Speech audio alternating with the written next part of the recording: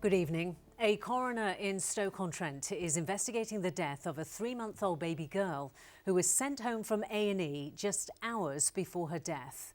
Esme Gloster was taken to the Royal Stoke University Hospital on December the 15th with a suspected chest infection, but she died the next morning.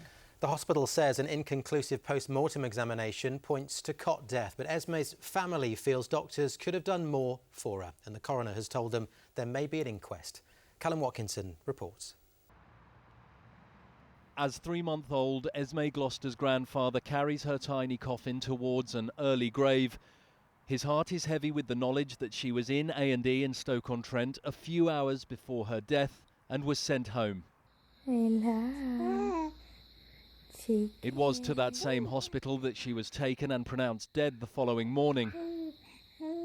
They would have, because at one point they were great. And there that every mother's worst nightmare came true for 20-year-old Alicia Pullen. Stayed blue. Yeah. That's what there was, Yeah. blue. I had my fingers crossed the whole way. And you know, then I got there and I just knew from the man, his face, like, I just needed to hear it, for it to sort of be real. They brought her in and the woman's came through the door, and I've just looked. I fell to the floor. I couldn't believe what was going on. I just could not believe that I'm going to hold my baby now in my arms, dead. It was horrible, and it's horrible. It's horrible. I said, Bab, don't worry, she's in good care. She's with the experts, everything else, they will look after her. And then to wake up at 6 o'clock in the morning to Esme stop breathing, I couldn't believe it. I really couldn't believe it. I'm thinking, well, hang on, last night she was in A&E.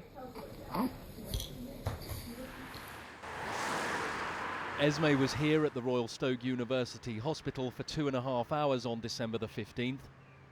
Her family say they were told she had a chest infection and would recover at home. The local coroner has started an investigation and there may yet be an inquest. A preliminary post-mortem examination was inconclusive. If that finding remains unchanged by the current coroner's investigation, that effectively will make this a case of sudden infant death syndrome, or cot death.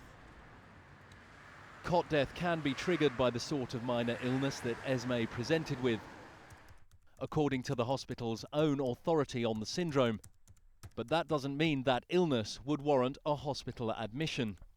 Minor illnesses, minor symptoms are very common in babies anyway, and if you look at cot death victims who are subsequently classified as having died of SIDS, it's common that there are going to be minor symptoms before such a death arises. She made me so proud.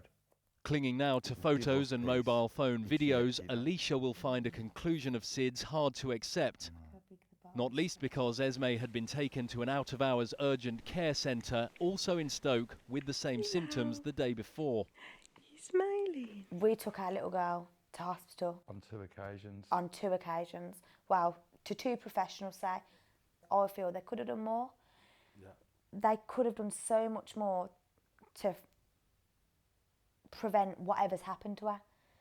The law does require an investigating coroner to look at events leading up to the death in question, but this family may have to wait several weeks or even months for his conclusions as they begin the slow process of coming to terms with what they've lost.